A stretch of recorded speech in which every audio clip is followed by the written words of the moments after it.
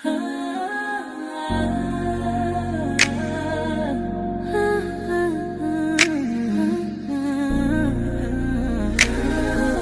your girl, Soft Rain. Real talk, no filter, no disguise. Every headline, I'm breaking it live. From the streets to the pressure up top. We see it all, yeah, we connect the dots. Weekly rain, yeah, we run it down. Truth hit different when it wear a crown. No fluff, no cap, just facts in sight. Welcome to the weekly rain report. Let's get into it tonight.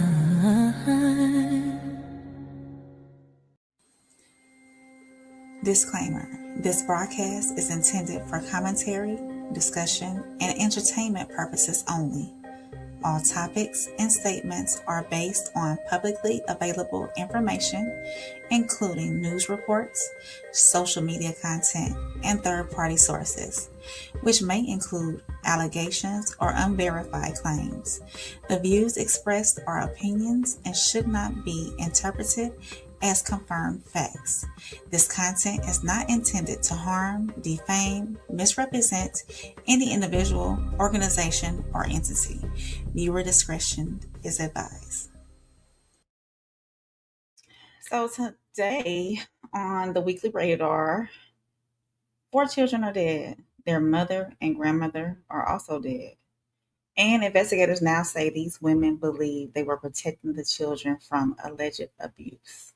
But what actually happened before 6 members of one family lost their lives? Were there signs? Were authorities ever contacted? We're putting that case under investigation. Then, what if you're 16 years old living in a foster care and the people you trust the most aren't technically considered your family? A new proposal could give some foster youth more power to decide who gets to legally stand beside them. That's in policy and pressure. In Wellness Watch, a man is being prepared or was being prepared for organ donation. His family says he was still showing signs of life. The procedure was stopped and he survived. Now, federal officials are asking serious questions about the system that was supposed to protect him. And then we're going to bring it back to hometown rain to the state of Georgia. But y'all, after I did some investigation, it's happening all over. So technology designed to help police solve crimes is now at a center of investigation after law enforcement employees allegedly misused a system capable of tracking vehicles. And then we're going to close it out with sports. The WNBA had itself a weekend, an ejection, a white privilege accusation. Caitlin Clark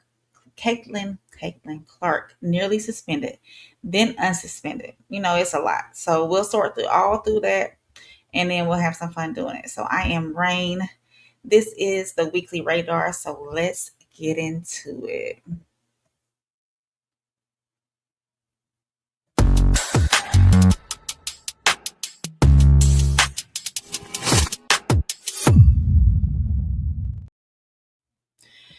So I'm going to get into my first segment, and that is Radar Investigates. I want to welcome everybody in to the Weekly Rain Report.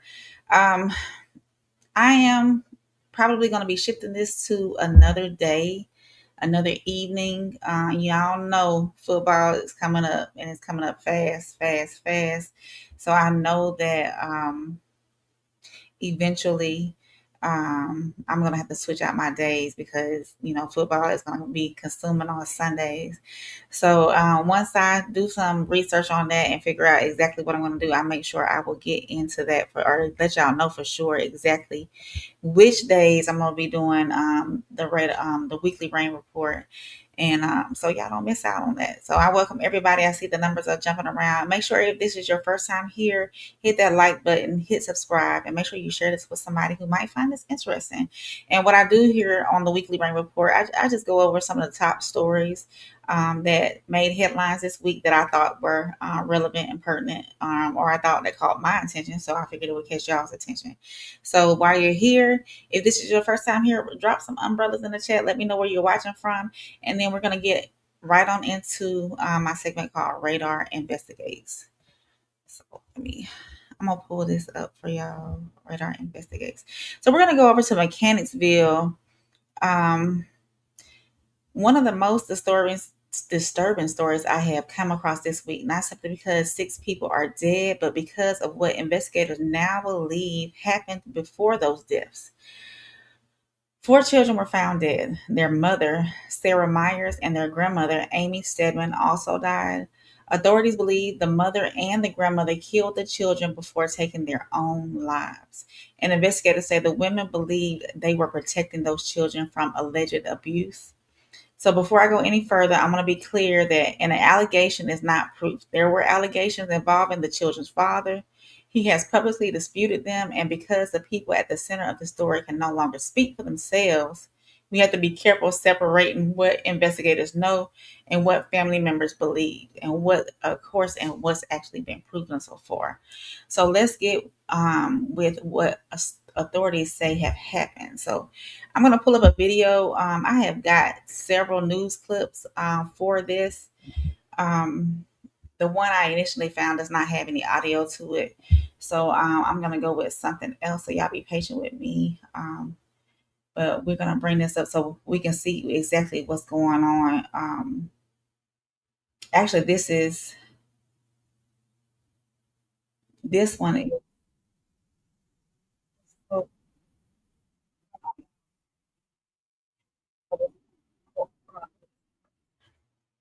And I'm going to pause play and, of course, throw some of my thoughts into it as well. So let's get into it. We're going to bring this up like that.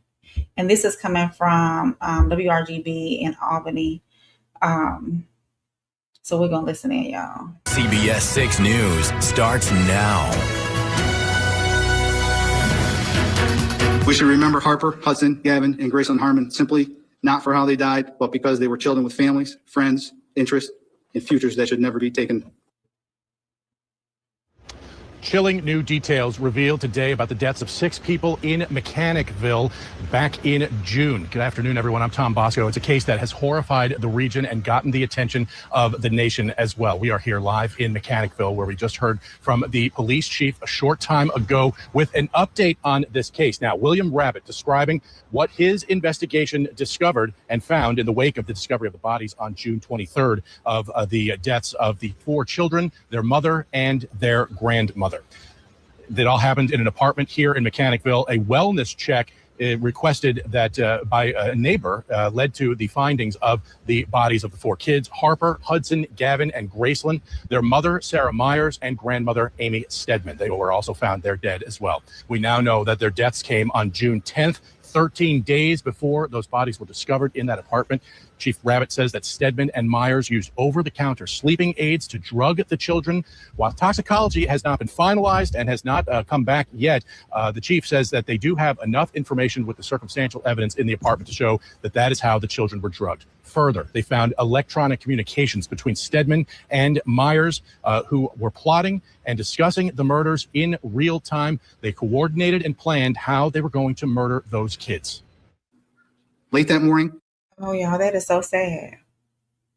So they used prescription drugs to unalive those children, and they plotted this whole thing out. This wasn't like some random day, like, oh, let's do this type deal.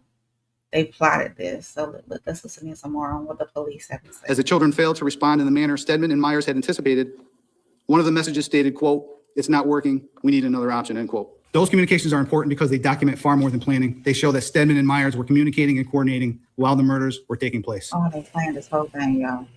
The chief says that messages between Stedman and Myers also showed that the drugs didn't work at first, and that one of the kids also sent a text message asking, "Why would you do that?" One of the children also stabbed to death with a knife. And the chief says all of this was an effort to keep those kids away from what Myers was calling an abusive situation with her ex-husband, Brady Harmon, in Utah. Right now, I want to bring in my colleague, our investigative reporter. I'm gonna pause right there. There's so many other options than unaliving your own kids.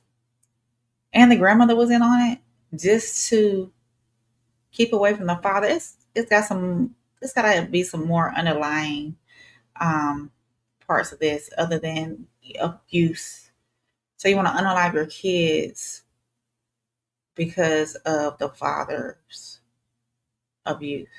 I'm not tracking. Reporter Brianna Sapardi, who has been really digging into this case. You, of course, were also at this press conference, and you heard what the chief said that Myers was alleging about Brady Harmon and an abusive situation. You talked to Brady Harmon just a short time ago. What did he have to say about all this? Well, he's absolutely horrified, like any parent would be, to hear what happened to his children. His children knew what was happening to them while, they were being poisoned. We know one of them, Gavin, he was stabbed. He had defensive wounds, so he knew what was going on as well. But learning how his children spent their final moments, he says it's truly going to haunt him for the rest of his life. Now, we know that one of the children, Gavin, who was 10 years old, he died from being stabbed with a knife. The chief said that the child had defensive wounds. The others were poisoned, but the chief couldn't conclusively say with what, because the toxicology report isn't back yet. So this is what Brady Harmon had to say about what happened to his children. What's your reaction to hearing that happened, that they did that to your child? How scared he was. They also told me that Gavin was the one that was stabbed. Probably because he's probably the most defiant and like, hey, something's wrong. What's your reaction to what was said in the note? Alleging all this abuse way to protect the children. Yeah, it's a load of crap. I mean, you don't protect someone by harming someone. I mean, the delusions of the victim narrative that they wanted to keep on portraying, which there is none.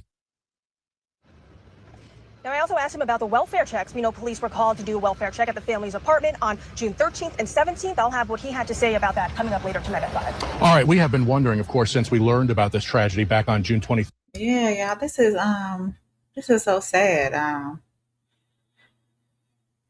So we're gonna break this down. Investigators say that this wasn't an impulsive moment. They believe that they were planning all of this. And when they looked into why, they found allegations tied to a custody dispute with claims that the children were being abused by their father. Again, all this is allegations. The father denies that, all those allegations. But investigators say the mother and grandmother believed the children were in danger. And that's where all this starts, because why would a mother do this? It's almost a too easy question, right? I want to know what happened before that point. Was there an active custody case, and had a judge already heard these claims? Had authorities, police, CPS, the courts been contacted about the alleged abuse? And if they had, what happened after? If these two women truly believe that these children were in immediate danger, we have to understand how they arrived at that conclusion that killing them somehow was like the only option left. So, of course, that doesn't make what happened understandable. It doesn't make it justified. There's no version of protecting a child that ends with taking a child's life. But we can't just stop and look at like, hey, these women were evil. If there were warning signs, repeated reports, court proceedings, if people knew this family was in crisis, those pieces matter too. This case also drops us into an ugly reality about custody disputes. Courts have to take abuse allegations seriously. They also have to determine whether these allegations are backed by evidence. You move too slowly and a child could stay in danger. You move too fast without proof, and a parent could lose their kids over something that's not true. In the middle of it always are children who don't have any control over it. They don't write the police reports. They don't sit in the custody hearings. Adults do.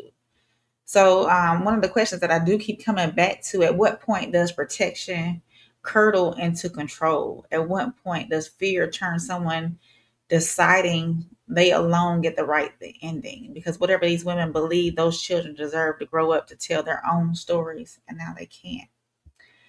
So if you are catching this on the rewatch, let me know your take. If a parent genuinely believes their child is in immediate danger, do our courts and child protection systems move fast enough? And where should a parent turn when they feel like nobody's listening? Drop it in the chat. We're talking about a family that lost 6 people. We can debate the system without losing compassion for the system, for the victims, of course. We're going to listen a little bit more before we move on to my next segment. 3rd. How could this happen? Were there any warning signs that could have been able to prevent this and save the lives of those children? And last month, we took a deep dive into that case when we aired a 30-minute special, of course, 6 Lives, 1 Mystery. Yeah, and at that time, we believe the grandmother was responsible for the children's death. Today we have learned from investigators that both grandma and mom were responsible for the children's death. This is what the psychologist had to say back in July. For many, what police say happened inside this Mechanicville apartment defies easy explanation. I've never seen anything like this in 46 years. Forensic psychologist Dr. Jacqueline Bashkov has conducted nearly 2,000 custody evaluations. She has witnessed marriages unravel, parents consumed by conflict, even people taking their own lives under the weight of custody battles. But never this. It's so deviant and so bizarre. Amy Stedman was described as loving, social, and devoted to her grandchildren. There had to be some kind of mental illness. It's just, there's no rationality to any of that. Bashkov cautions she cannot diagnose someone she has never evaluated. There had to be some kind of extreme break with reality, some desperation, maybe a thought disorder, hearing voices or command hallucinations. I would want to rule out substance abuse. People's behaviors definitely exacerbate under the influence. I would want to know if she had any history of psychiatric hospitalizations, if she was on any medication herself. You think that, custody battles can push people to a breaking point? Absolutely, absolutely. People are at their wits' end if they're kept from seeing their children, blocked from seeing their children. If one parent's obstructing the relationship with the other parent, it just causes such frustration, and people do extreme things. But she draws a clear distinction. The stress of a custody fight alone does not explain what happened in Mechanicville. And I'm gonna stop right there because that just seems a little extreme to me. It just really that's tough to fathom. That the sole reason is to keep because of abuse allegations from the father.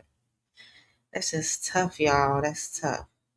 So there may be records that we haven't seen yet, court documents that add context, allegations that never get fully proven. Either way, one fact doesn't move. 4 children are dead, and whatever adults believe that they were doing, the children paid for it.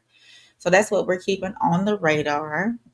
Our next story, well, before we move on to our next story, if you are catching this on the rewatch, make sure you hit that like button. Make sure you hit subscribe.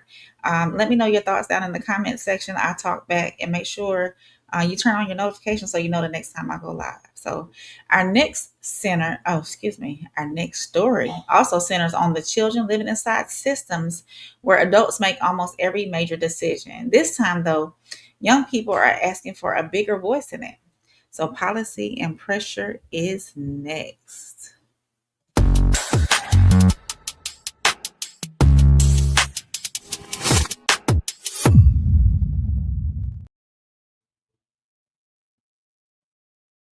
All right, y'all. So picture this. You're 16. You spent years in foster care, different homes, different social workers, placements that fell apart. But there's one teacher, one aunt, one coach, or a neighbor who's actually showing up for you. They answer the phone. They remember your birthday. They show up for graduation.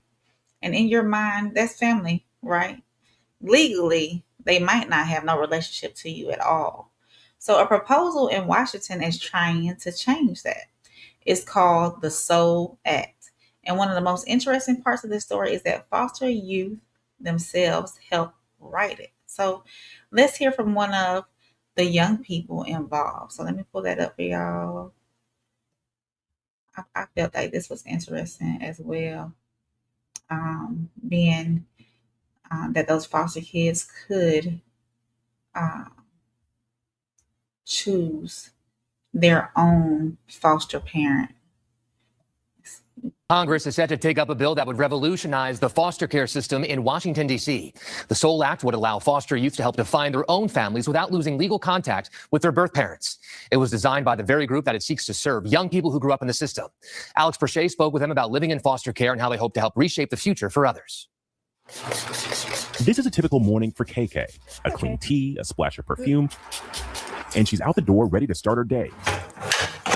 She currently has a fellowship in Washington, D.C., advocating for children in foster care. So this will just help you set some goals. And at just 26 years old, she's already seen more than most. KK was born in D.C. and placed in the foster care system herself when she was just 8 years old. She says her mother, who was raising KK and her 4 sisters alone, just didn't have the resources to care for them. My mom did what she could. We all knew we was in poverty. Hold on, because I'm not about to cry on camera. I want to. I really don't want to cry. I don't want to get into heavy details on like what actually happened.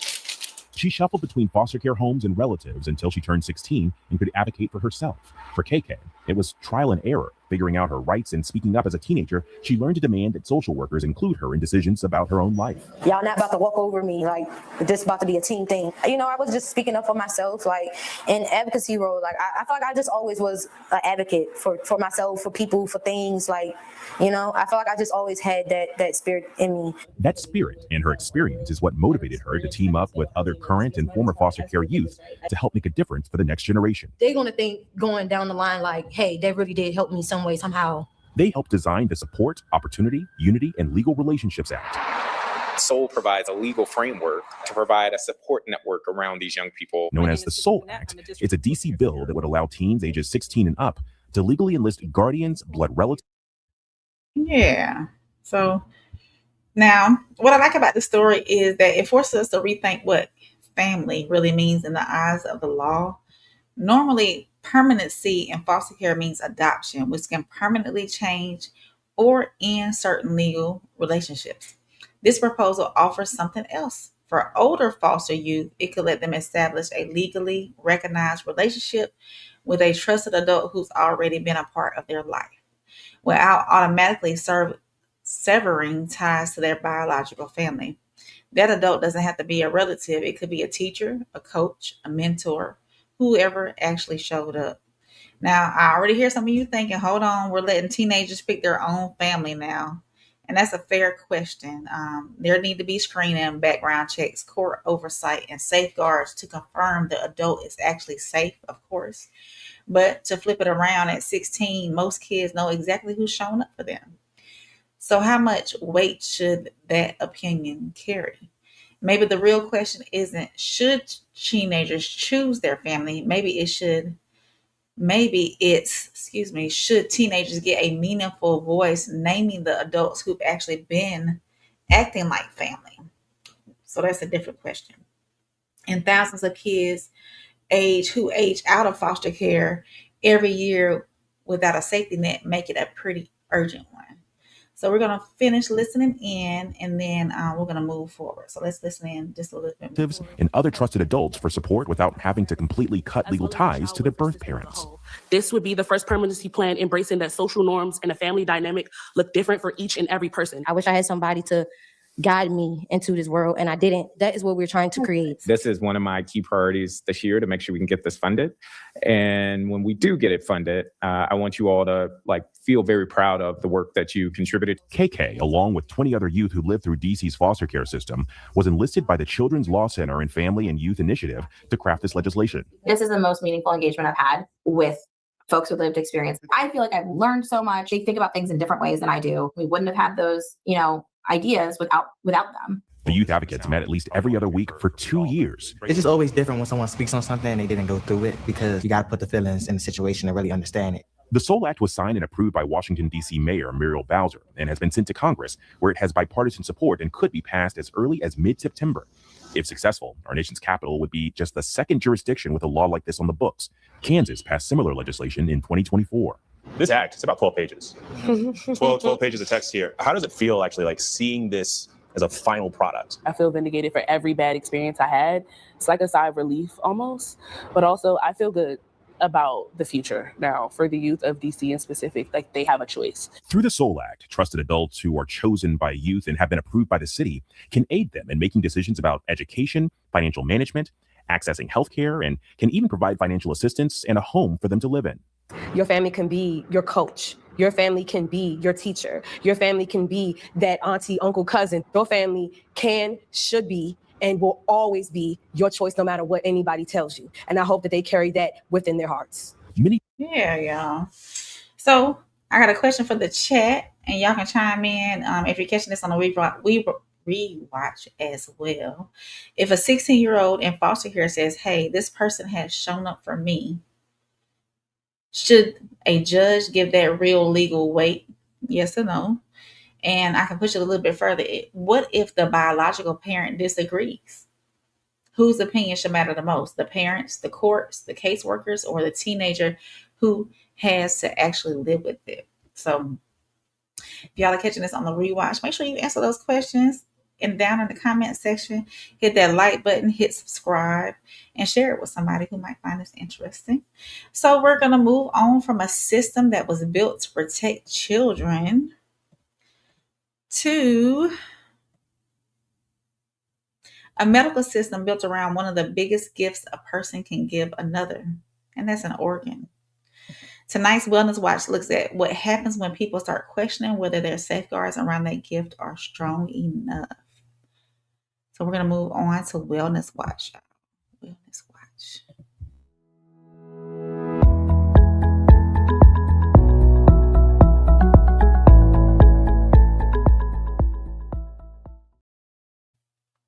Let me put me back up on the screen. There we go. Wellness Watch. Whew. There has been an organ donation investigation. And if y'all are watching this, please drop your thoughts in the comments, because this right here really had my brain and had me thinking too, like, should I really be donating my organs? Or what? People who donate their organs, we'll get into it, y'all. We'll get into it. So organ donation saves lives. We know this. There are people alive right now because someone or someone's grieving family made that call.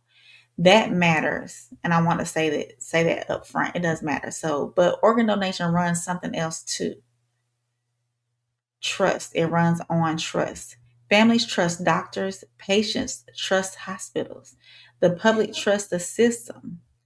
But one family story is putting some real pressure on that trust. TJ Hoover's family said he was being prepared for organ recovery. They say he was still showing signs of life. The procedure was stopped and he survived. So let's hear it from the family directly, y'all. Let me get the video pulled up so we can listen to the family directly. Let's see. Here it goes.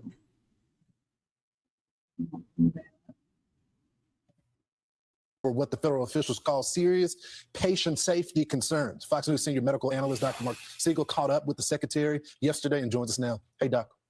Lawrence, Health and Human Services is pulling the accreditation of Network for Hope, the main organ procurement organization in the state of Kentucky, over multiple violations. I spoke with HHS Secretary Kennedy, who says these organizations are essentially statewide monopolies. Some are doing great work, but some are motivated by money. All of the kind of the power and the prestige and the opportunity that comes with that can prove a temptation for some of these organizations. Luckily, most of them are highly ethical. This organization was really a bad apple. HHS says it uncovered 73 separate instances where the process of harvesting an organ should have been stopped sooner. The investigation revealed that the nonprofit pressured medical personnel to proceed, despite patients showing active signs of life and neurological function. One of those patients was TJ Hoover, who Kennedy says nearly had his organs taken by Network for Hope while he was still alive. Real horror stories like the one about TJ Hoover, who woke up on an operating table and grabbed the hand of the doctor who was removing his organs. Even after those signs of life, Kennedy says the organ procurement process continued until the physician refused to proceed. But he believes people are regaining faith in the system with a record number of transplants in the U.S. last. That's crazy, y'all.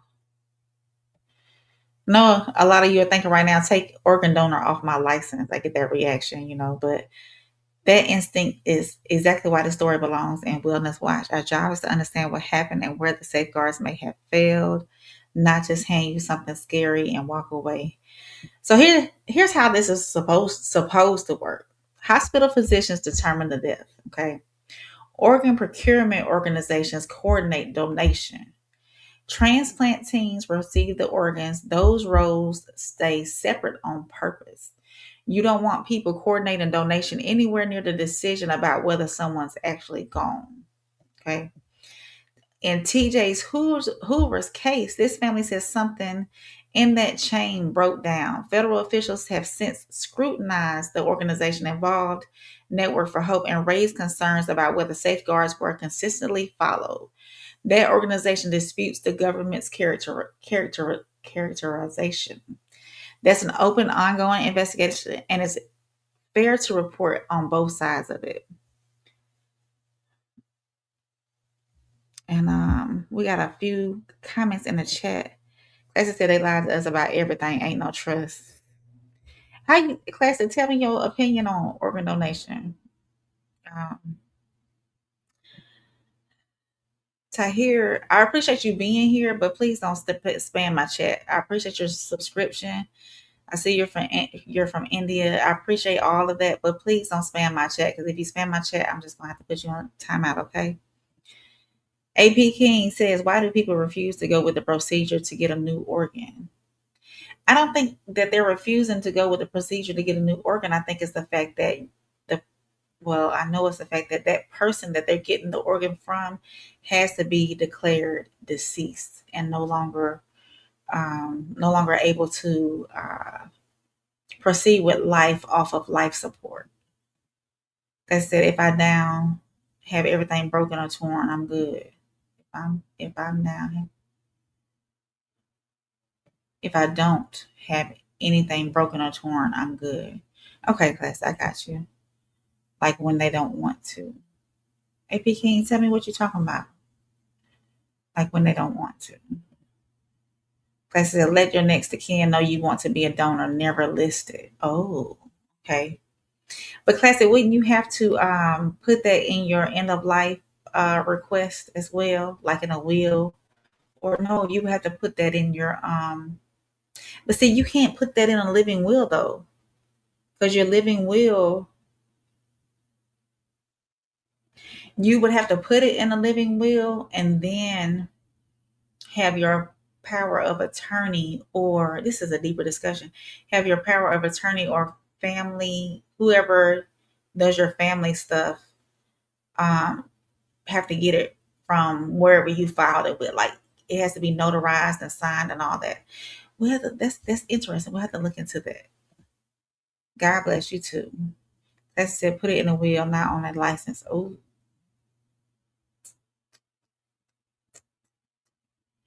I got you, classic. Like when they don't want a new organ and they just want to go. When they don't want to donate and they just want to pass on, then that would be their choice. That would be their choice. As I said, never listed under no conditions. I got you, classic. Then people will let you die. Definitely. I agree. I cannot disagree on that. So here's why it matters to you specifically. Nobody studies organ donation policy until they're sitting in a hospital hallway, exhausted and grieving, and somebody asks them about it. That's not the moment most people are prepared to ask 20 medical questions. So here are a few worth keeping in your back pocket. Who officially determined my loved one has died, and what criteria did they use? Has a second physician confirmed it? Who in this room works for the hospital and who works for the organ procurement organization? Those aren't like anti-donation questions. They're informed consent questions, and you can support organ donation while still demanding the system gets this right every single time. So we're going to finish listening up to this, and then we'll move forward. He strongly supports organ donation when done ethically. His own nephew, Lawrence, Michael Hines, saved multiple lives by donating his organs after his death at age 20. It was a wonderful experience for us. It turned the loss of his life, his death, and the terrible loss we felt into this wonderful benefit for other people where we knew that he had saved 4 lives. Secretary Kennedy told me that 30% of the patients put on the organ donation pathway by Network for Hope should never have been there. In a statement posted to Network for Hope's website, their CEO says the organization strongly disagrees with the government's decision to decertify them and will move to appeal. Lawrence? Sick. Can't believe this happened. Thanks, Doc. Yeah, that's crazy. So if y'all are catching this on the rewatch, make sure y'all hit that like button and subscribe. And let me give y'all some questions to think about. So do y'all think that TJ Hoover's story changed how you feel about being an organ donor, or does it just make you want more information about the safeguards? So make sure y'all tell me in the chat or down in the comment section. So the takeaway isn't that organ donation is bad, y'all. It's a system that saves lives. Also has to be a system that families can trust completely. So that has been Wellness Watch. So moving over to trust in technology doesn't stop the hospital at the hospital door. Right here in Georgia and several places, y'all, when I was doing research on this, and it's been recent, right here in Georgia and several other places as well, a tool built to help solve crimes, help the police solve those crimes is raising a different question. Who gets to use it and what happens when they use it for the wrong reason? So Hometown Rain is next.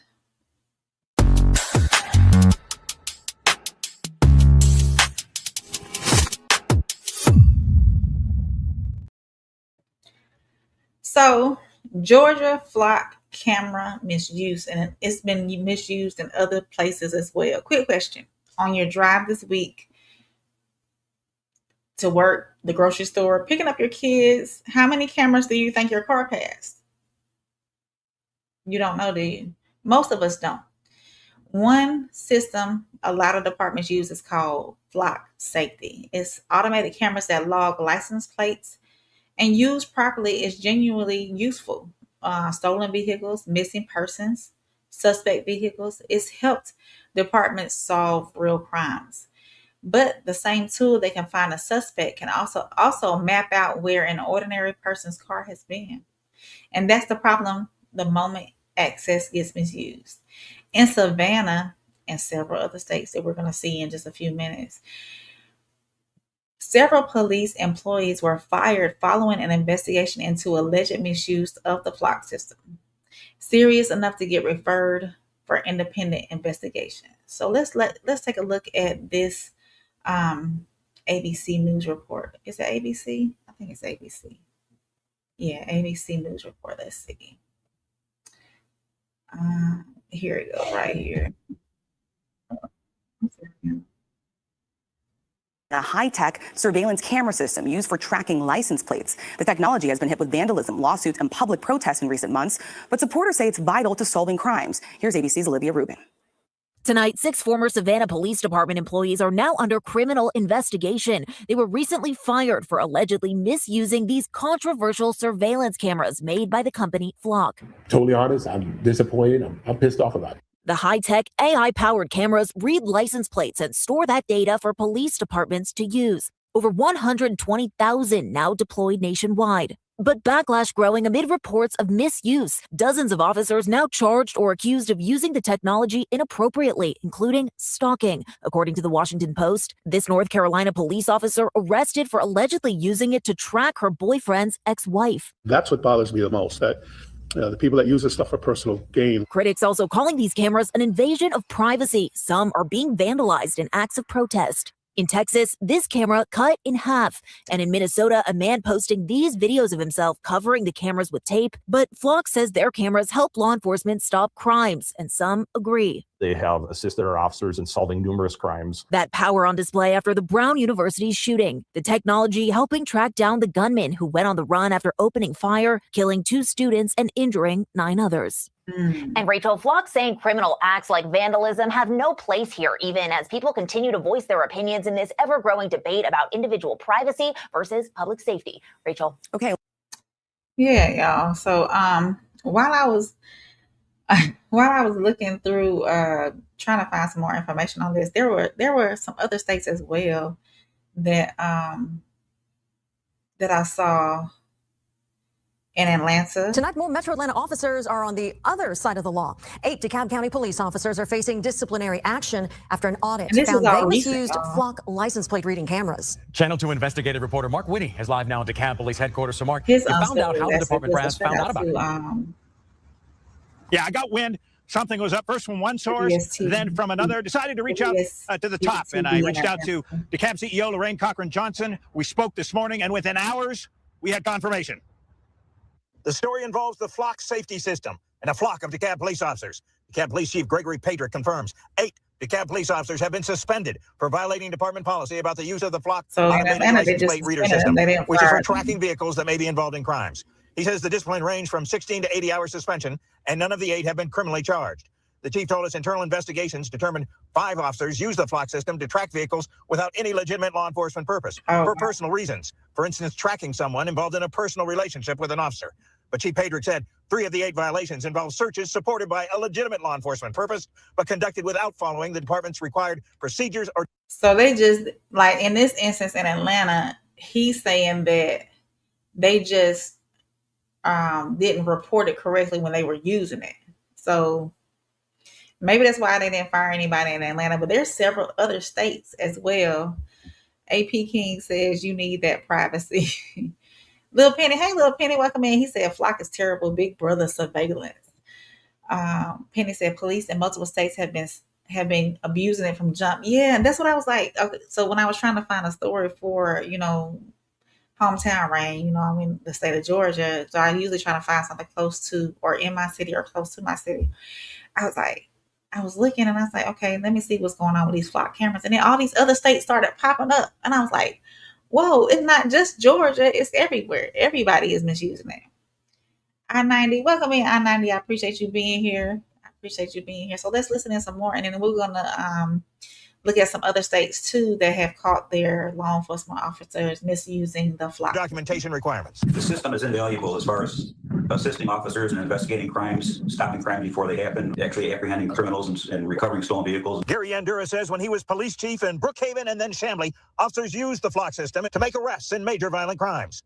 Every system out there is going to have a few bad apples that are probably going to try to misuse it or whatever. That's very limited. And it seems like most of the departments are trying to take care of any issues that people or the employees that are abusing the system. An email from DeKalb County Chief Communications Officer DeJonai Smith says, since January 1, 2026, the DeKalb County Police Department has used the Flock audit tool to strengthen oversight of access to the Flock Automatic License Plate Reader, ALPR database. The department conducts a comprehensive audit of system usage every 2 weeks to review user activity, identify potential misuse, and ensure compliance with department policy. The email says between January 1, 2026 and July 24, 2026, department personnel conducted 53,276 searches within the Flock ALPR system. It says the department, quote, continues to strengthen its internal policy governing the use of the Flock ALPR system, adding specificity around authorized use and documentation requirements to reinforce accountability going forward. So this afternoon... Well, I mean, it's like they're staying on top of it with the audit, but what are the police actually doing with it? AP King said other states are probably following Operation Slowdown. Oh, okay. I-90 said, Rain, okay. Thank you for your service. It's more to the Flock story. These are very small statistics, just saying. Inbox me on Instagram and tell me those the more story to the Flock story. Penny said it's been big and sexist, and the crazy part is it started from a private company. We don't like red light cameras, but we need Flock. Come on. And red light camera done got me a couple times here over the last years. I ain't gonna lie to you. But yeah, let me there's another there were some other states that came up as well. So let me see. Hold on. Savannah,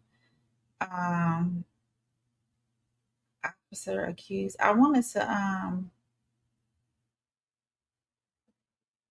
News Nation. Let's listen at this one right here. Let's see what it says. I think they got enough eyes out on all of us, and I think they could just take that down. It wouldn't bother me a bit. All I'm asking is let's pump the brakes, because I don't think a lot of people understand data. None of you can guarantee there won't be a security break. Flock's cameras make it easier than ever to search for citizens' movements without a warrant. The biggest concern was who has access to the information, to the data. Since we first told you about Flock surveillance cameras a few weeks ago, the anti-Flock movement has exploded. Get the Flock out is what it's called. It's exploded all across the country. People are spray painting them, tearing them down, demanding they be removed. Initially, these cameras were sold as crime-fighting tools to help police catch kidnappers and track stolen cars. And they do that. Just this morning, police in California were able to catch an alleged kidnapper using Flock cameras to locate the suspect. Happened also in Atlanta last week. Critics argue the real danger isn't just the technology, of course, it's who has access to it. Every time your car passes one of these flock cameras, it logs your license plate and creates a record of where you've been. That record sticks around for at least 30 days. There are already over 120,000 flock cameras around the country. But some police officers have begun misusing the technology. Just this week, the Washington Post reported that number is at least 50 and growing. This week in Mooresville, North Carolina, just north of Charlotte, a female officer. Well, we already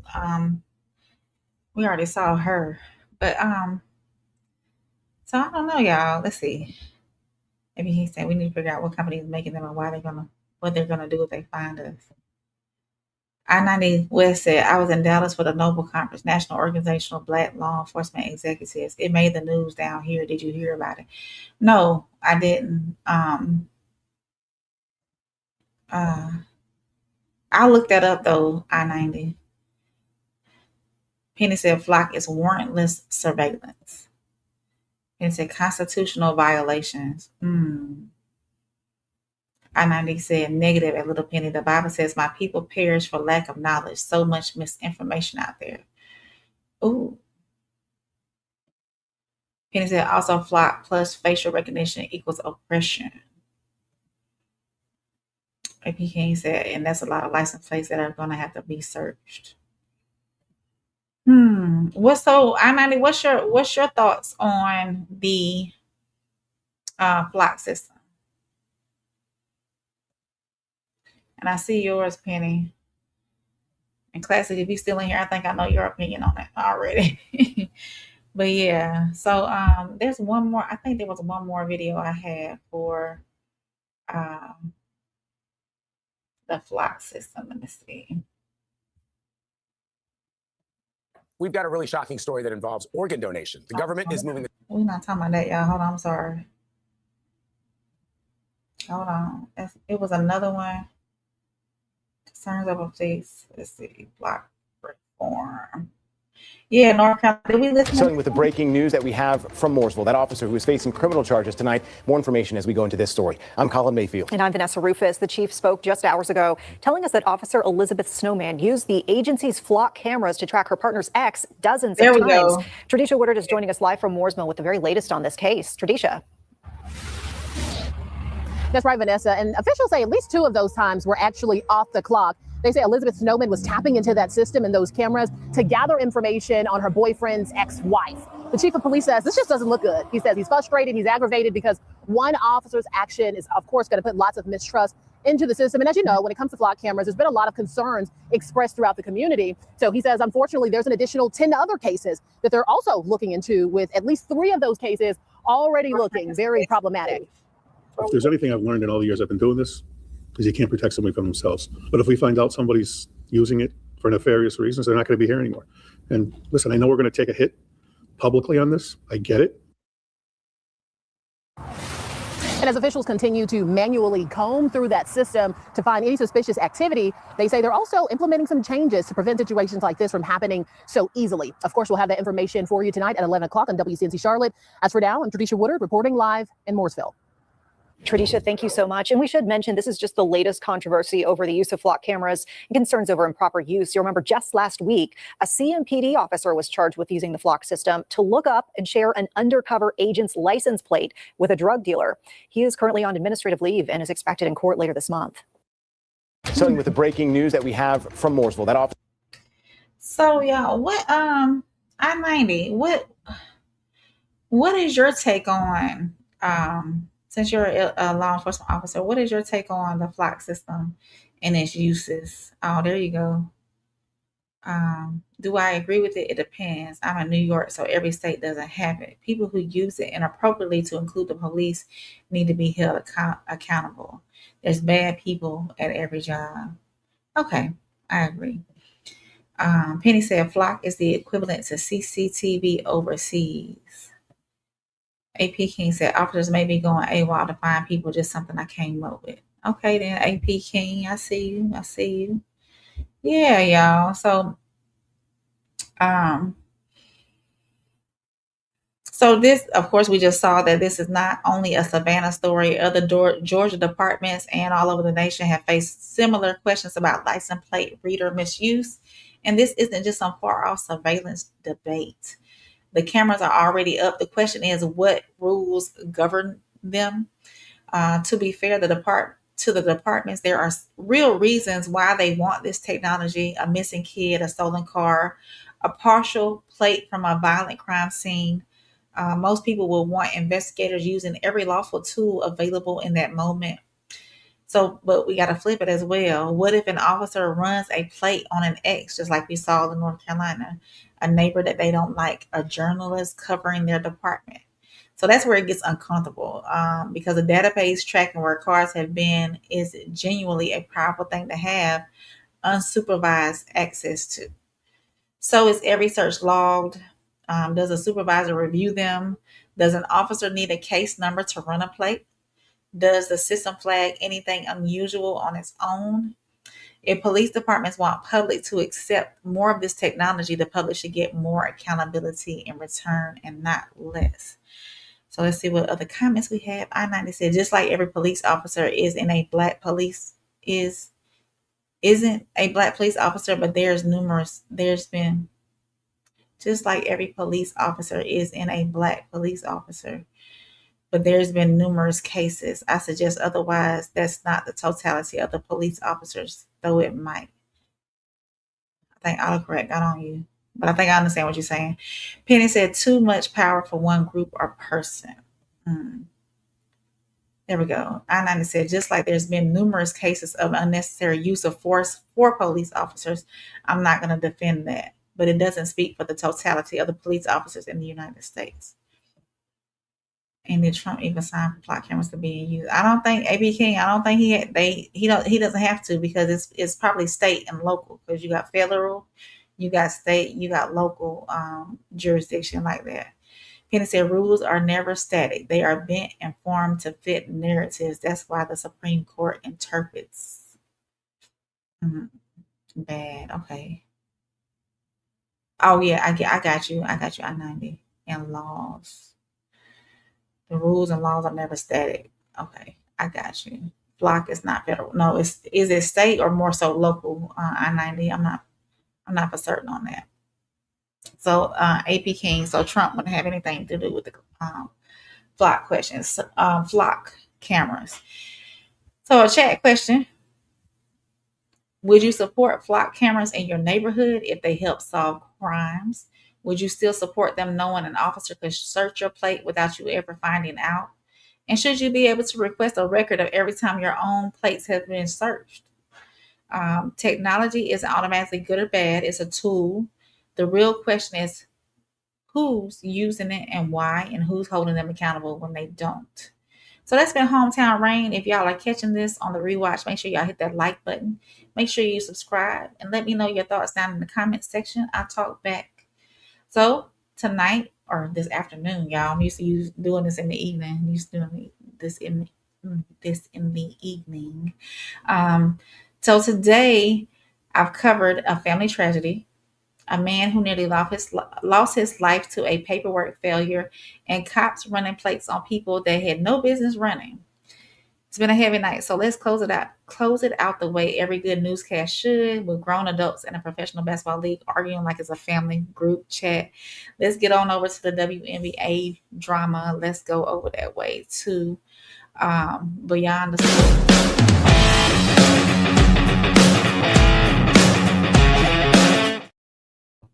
So, if y'all don't know, Carrington, Cunningham, Caitlin Clark, and officiating. Chicago Sky, Indiana Fever, Saturday. Indiana wins the game and loses the headline because nobody's talking about the score. We're talking about an ejection, an accusation of racial bias. Caitlin Clark almost getting suspended for a game she didn't know she was one technical away from missing.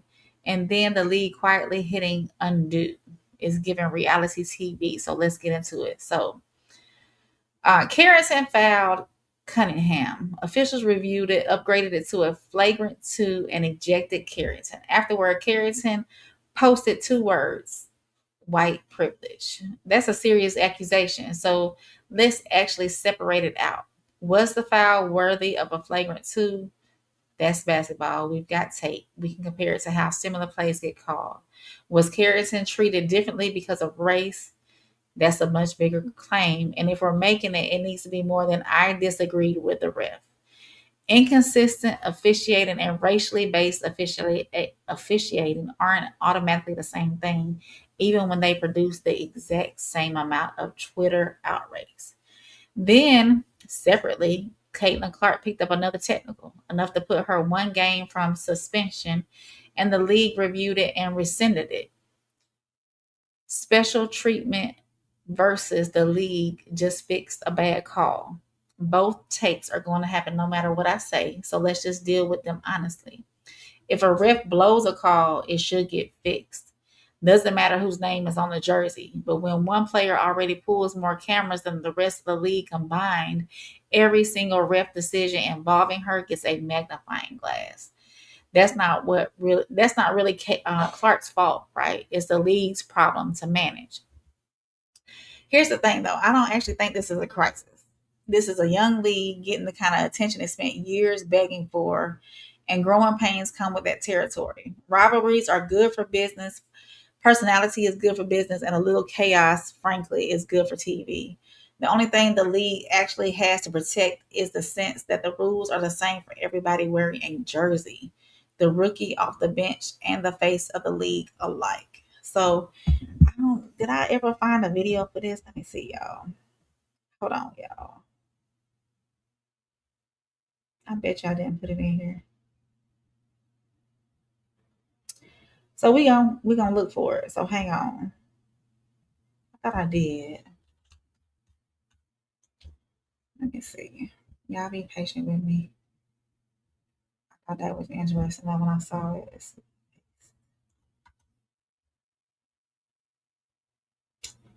I don't wanna use the good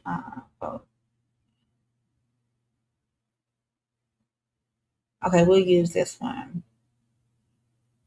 Shout out to Women Hooping. So we'll use, and then we'll add this to say, but we'll watch it. We'll watch it together, y'all. 20 was an absolute steal for DiJonai Carrington. Here's Cunningham up ahead of the field, lays it in, plus the foul, and then Cunningham gets into the face of DiJonai Carrington right away in the aftermath. And Cunningham has to be separated as both teams will head to their benches. You'll see a DiJonai Carrington as Sophie Cunningham comes down, gets her right across the face, coming down trying to prevent the layup, but that is just a hard hit. That's definitely going to be upgraded, I think, to a flagrant 2, Ryan. I think that is going to be a flagrant 2. There is wind up, there is follow through, there's potential for injury. Without Sophie question. Cunningham in a vulnerable position in the air. Oh, wow. Yeah, I mean, there's no question why Sophie Cunningham got up and took exception to that hit from DiJonai Carrington.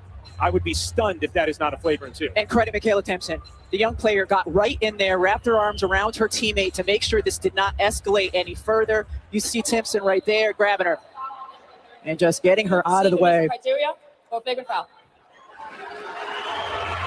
I'll be stunned if this is not upgraded to a flagrant 2.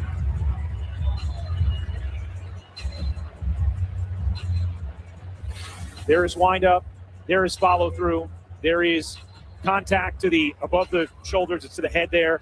That is absolutely a flagrant 2, and DiJonai Carrington will be ejected. Yes. And if you're DiJonai, you've been the best player on the floor for your team in this game. So you probably want to stay on the floor. Without question. She's been unbelievable in these first few minutes. But she's at 8 points in 3 minutes and has not missed. But that is far too much contact and in a vulnerable position. I don't see how that's anything other than a flagrant 2.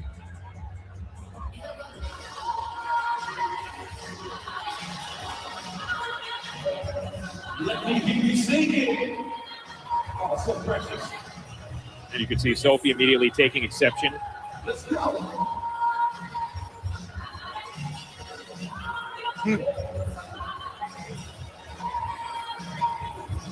I mean, obviously it's going to be a flagrant. I don't know that you can make an argument it's a flagrant 1 rather than a flagrant 2. I can't. I can't either. You're talking about Is it unnecessary and excessive? Unnecessary is flagrant 1, excessive is flagrant 2. That's excessive. That's excessive. By all precedent we have seen in this league prior to that foul, you would have to believe it's going to be upgraded to a flagrant 2.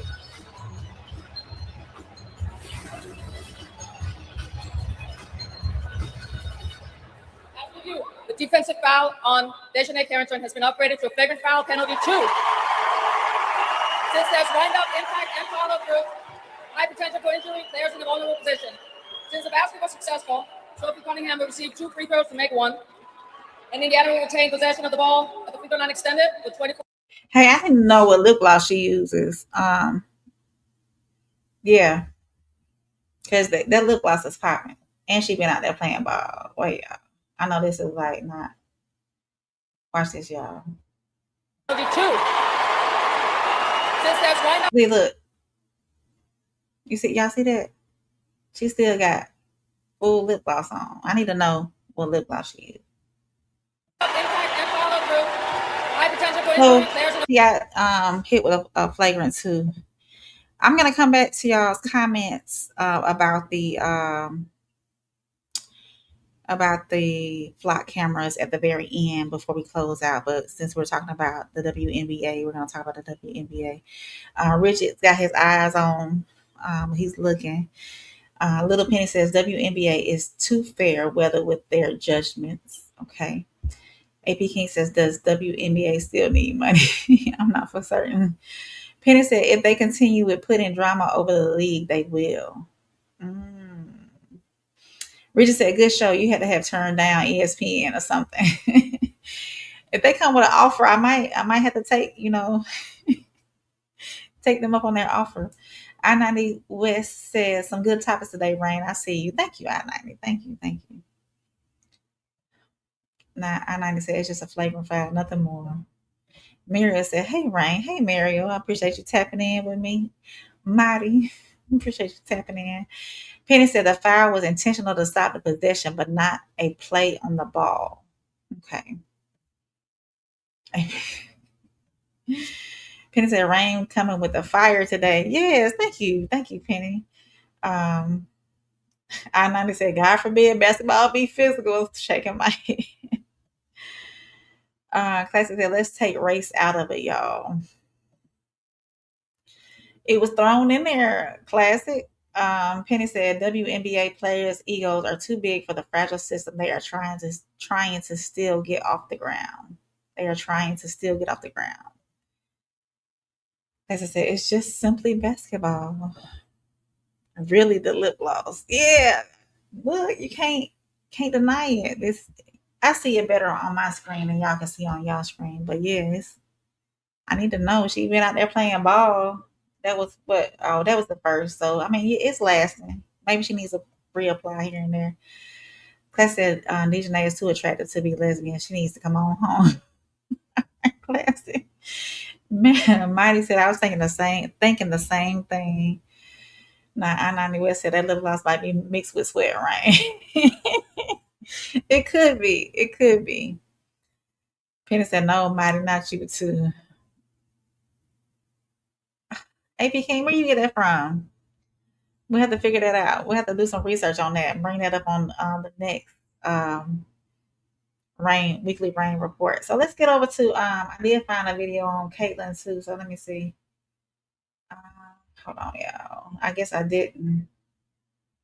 Let's look at Caitlin. Because I didn't have this in my list, y'all. Usually I'm more prepared. I was up late last night. Let me see if I can find something on what Caitlin did. That's not ESPN. Okay, here's Caitlin's. Well, the Fever have been told this technical foul was for Caitlin Clark. And shout out to women hooping for that content as well. I'll put them in the description after I complete running into the official. Here's what happened. She lets go of the ball, spins off of her. I don't see in what world that contact rises to the level of a T. They are talking about it again at the end of the third quarter. And then again, the official, Genesis Perryman, talking with Indiana about it. as we bring in Holly Rowe. Well, I saw the officials just huddle together to have a conversation. Mike Forsberg as the crew chief getting an explanation to what happened. And I saw the explanation that she thought there was extra contact with Caitlin's forearm here as they were explaining it. So we'll have to see. I will try to have a full report with the officials after the game. As I see Mai's coming over to talk to you guys right now, I'm sure she will explain to you at the moment.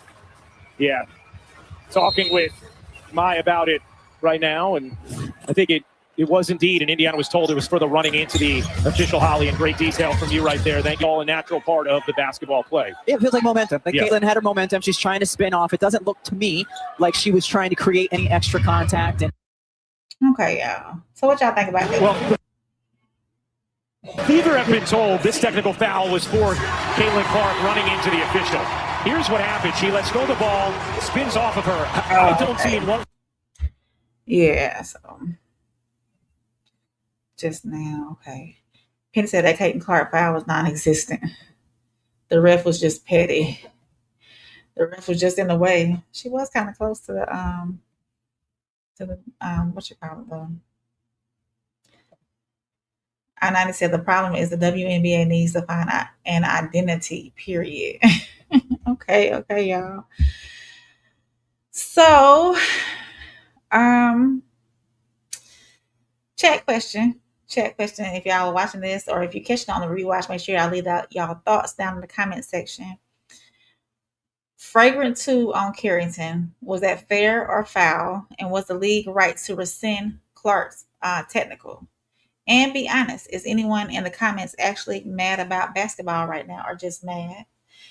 And you can like Caitlin Clark and still think the officiating's been shaky. You can support Carrington and still disagree with her read on the call. 2 thoughts, 1 brain. Try it out. So, yeah. I-90 agreed. Yep. Definitely, y'all. We're not talking about the NBA. Why are you mad at LeBron? Because he went to the 76ers? We're not talking about the NBA. We're talking about the WNBA. But yeah, y'all. So that brings us back. Oh, before we get up out of here, yeah, okay. I-90 said the officiating is definitely lower tier. I've seen better officiating in the big three. Yeah, I haven't caught any big threes since the very first one. Marty said, "No, I feel like she have gotten out of the way. She needs tougher skin to ref." Yeah, she was kind of close to the side to the sideline right there, or whatever you want to call it, y'all. I haven't watched too much WNBA, but I thought this was interesting when I seen it come across my timeline. So the WNBA has everybody's attention right now, drama and all, bringing the chaos, just bring the same rule book for everybody. So that's the Sports Radar, and that's a wrap on this flagrant 2 shaped roller coaster. So we're gonna get back to the rain report. Of course, if y'all are catching this on the rewatch, make sure y'all hit that like button. Make sure you subscribe. Let me know your thoughts down in the comment section. Trying to get better and better. I know I've been doing this for a couple of months now, but trying to be more flowing and fluent through. Penny said refs are just as basic as the drama in the WNBA. AP Kings, I agree. Ref was too close to out of bounds. Okay. The drama keeps them relevant. I-90. Yeah. And before we go, I'm gonna go back to these comments that y'all had right before we ended the about the flock cameras. I-90 said every state operates differently. AP said, "Oh, that's true." Penny said that applied to state too. Yeah. Penny said support no. I-90 said, "Would you support the flock camera if it helps solve a murder case for your loved one on? How about that?" You got a point. Penny said cops solve murders before blank surveillance. But if it's assistant, Penny, I-90 said, you're doing your thing. You're confident, beautiful, and knowledgeable on your subjects. Keep going, Rain. Thank you, I-90. I appreciate you. Penny said, I think the drama is planted at this point to keep them taking for the money, talking for the money, taking. Yeah. So I appreciate everybody checking in with us or checking in with me this afternoon. Like I said, if y'all didn't catch me earlier, AP said I got an idea for a topic next stream. Let me know. Let me know. If y'all didn't catch me earlier, I am, of course, we got football coming up. So Sundays are going to be jam-packed with football. And shout out to Souls and Plug over at 1181 Pressure Plays. They've changed their Sunday time to 8 p.m. I don't know if they have the show. Let's check and see if they have the show up yet. Hold on. Let's see if the show is up yet. Hold on, y'all. Let me go to my subscriptions. And they showing me what I want to see. So let me do this right here. Let's see.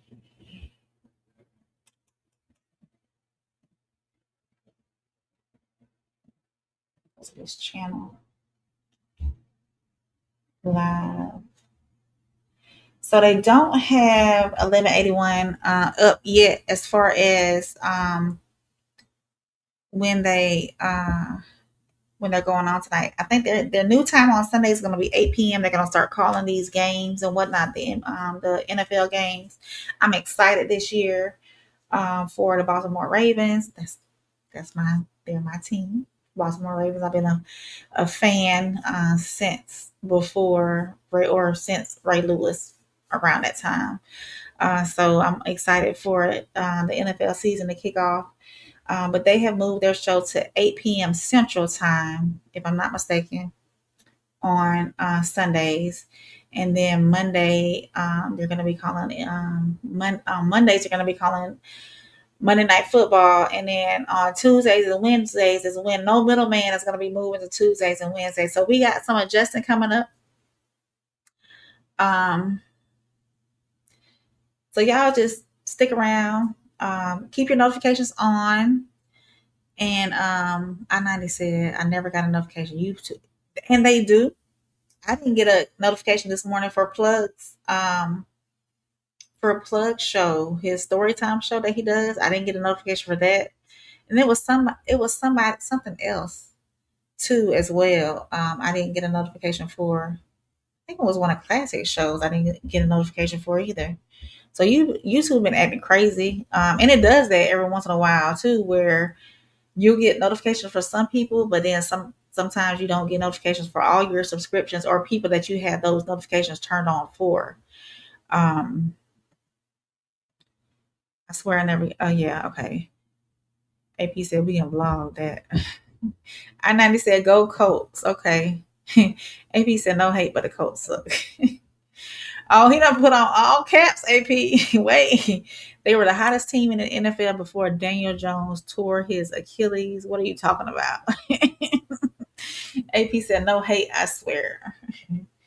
I-90 said Jonathan Taylor was a second leading rusher in the NFL. AP, come on, bro. All right, I-90 and AP going back and forth about the Colts. Make sure y'all tap into the Raw Society Network as well. I'll pull that up on the screen so y'all can see it. And let me drop the link in the chat. Copy. There's the link for the Raw Society Network. And then on that page though, and I'll show y'all.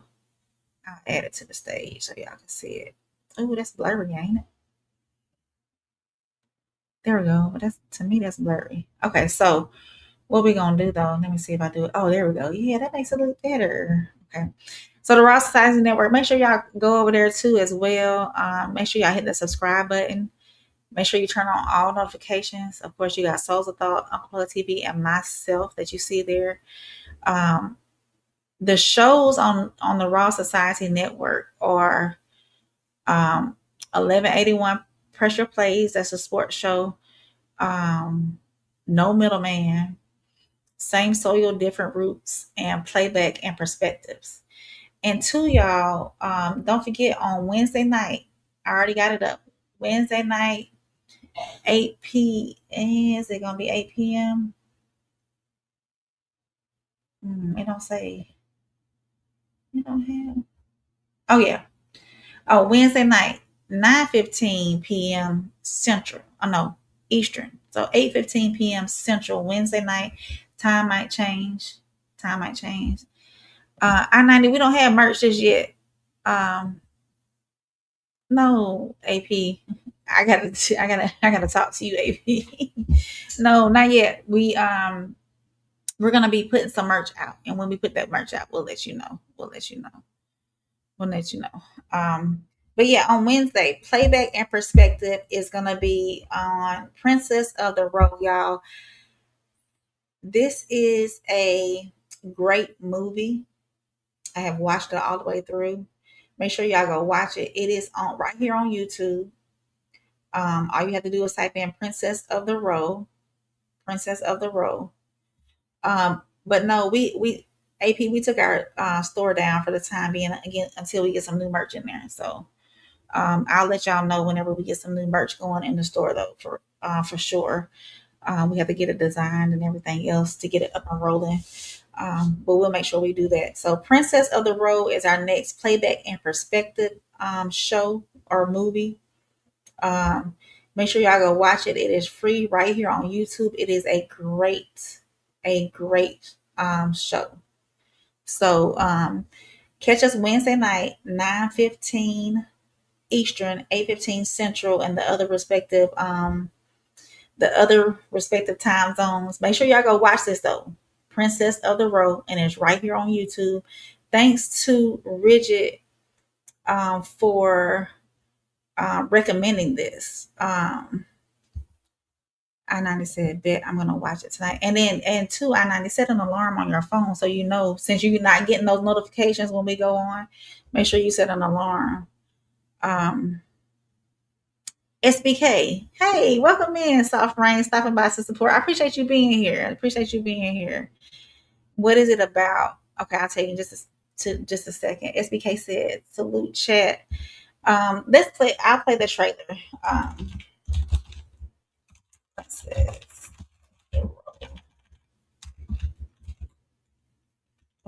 play the trailer right quick before we get up out of here. Official trailer. Which one do I need to?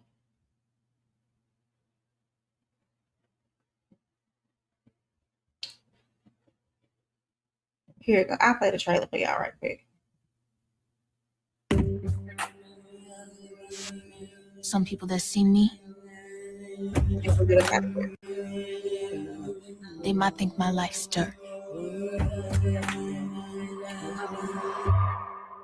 But I always thought of my life like a fairy tale story. Don't you want a home? I got a home. Skid Row? It's not a home. Not for a 12-year-old girl. Hello, Alicia. It's good to meet you. You said her father was ill? He suffered a traumatic brain injury while serving in Iraq. He has episodes, bad ones. Social services want to take you away from him. If nobody's looking out for your dad, he doesn't deserve that. Alicia! Have you seen little girl? She was visiting her dad. Alicia! Never going out of the city. Going far away. And then you'll get better. I like that dream. That's a good dream. We stick together. You and me. How does it feel to be forgotten? What do you want? More than anything. Look you in the eye. I'm winning about this. You know, he's dangerous. He cannot take care of her. Dad! Dad! Get away from him! How does it feel to be Strong, resilient. no one loves you? These are the parts that you're made of. I think that you are very special.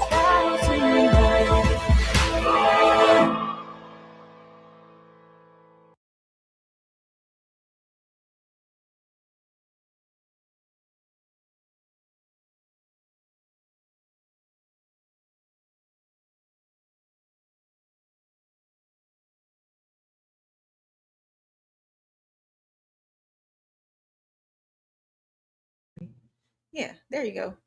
Appreciate y'all for noticing that.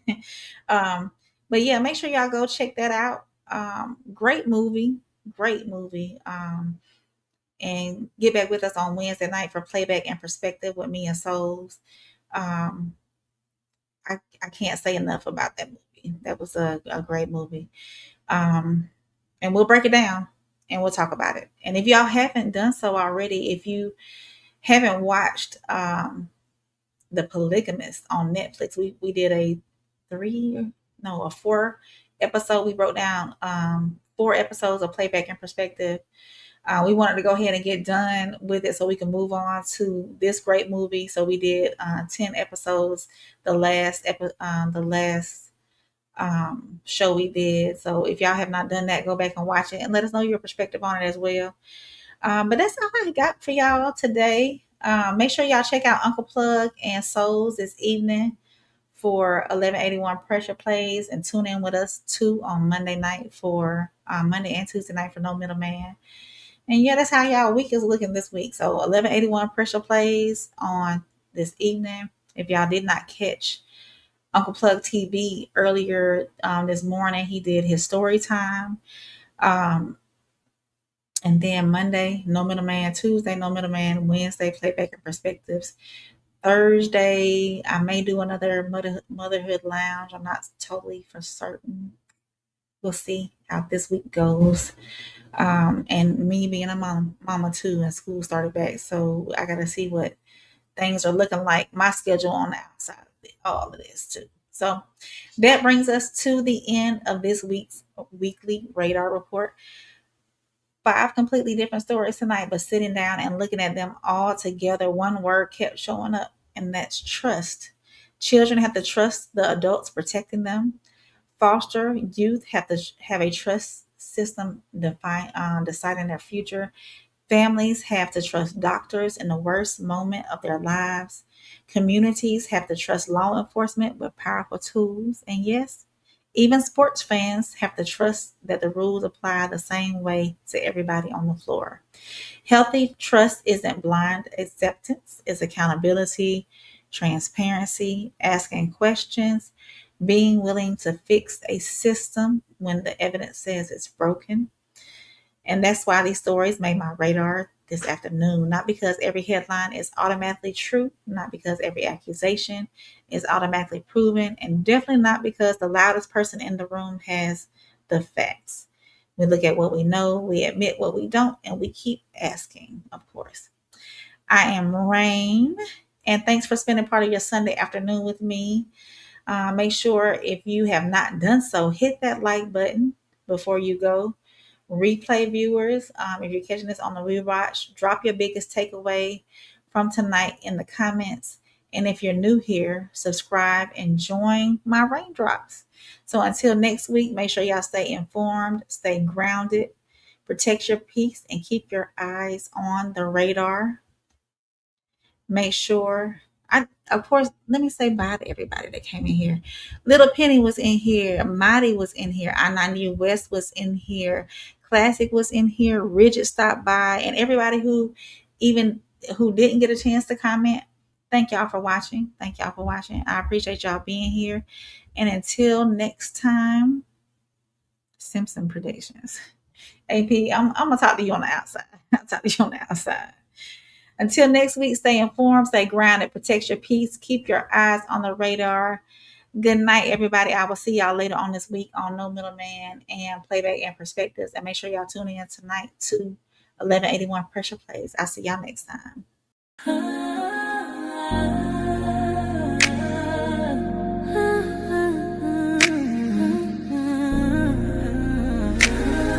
It's your girl, Soft Rain.